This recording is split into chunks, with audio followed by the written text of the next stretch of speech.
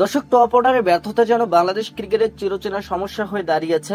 পাকিস্তান ভারত সফরের পর ঘরের মাঠে দক্ষিণ আফ্রিকার বিপক্ষে টেস্ট এবং আফগানিস্তানের বিপক্ষে ওয়ানডে সিরিজেও একই চিত্র দেখা গিয়েছে টাইগার বাহিনীদের। ক্যারিবিয়ান সফরের প্রস্তুতি ম্যাচেও ব্যতিক্রম হয়নি বাংলাদেশের। 4 দিনের ম্যাচ বৃষ্টির কারণে নেমে আসে দুদিনে।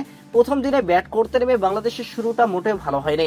দর্শক, 6 নম্বর ওভারে স্লিপে ক্যাচ দিয়ে 8 রানে ফিরে যান জয়।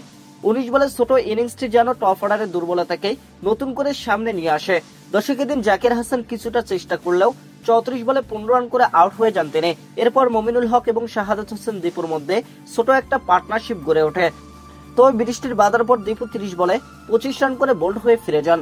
দর্শক, মমিনুল হকও থিতু হলেও ইনিংস বড় করতে পারেননি। 58 বলে 31 রান করার পর উইকেটের পেছনে ক্যাচ দিয়ে ফিরে যান তিনি। স্কোর বোর্ডে তখন বাংলাদেশের সংগ্রহ 101 রানের 4 উইকেট। সেই চাপ সামাল দেন অভিজ্ঞ লিটন কুমার দাস। দর্শক, দলে ফিরে 53 বলে 31 রানের সাবালিল ইনিংস খেলে যান তিনি। পরের ব্যাটারদের সুযোগ দিতে লিটন কুমার দাস স্বেচ্ছায় সরে যান। এরপরে জ্বলে ওঠেন টেস্ট দলে নতুন সংযোজন জাকের আলী অনিক এবং মাহিদুল ইসলাম অঙ্কন। জাকের 110 বলে 48 করেন, যেখানে ছিল 4টি 4 এবং 1টি ছক্কা।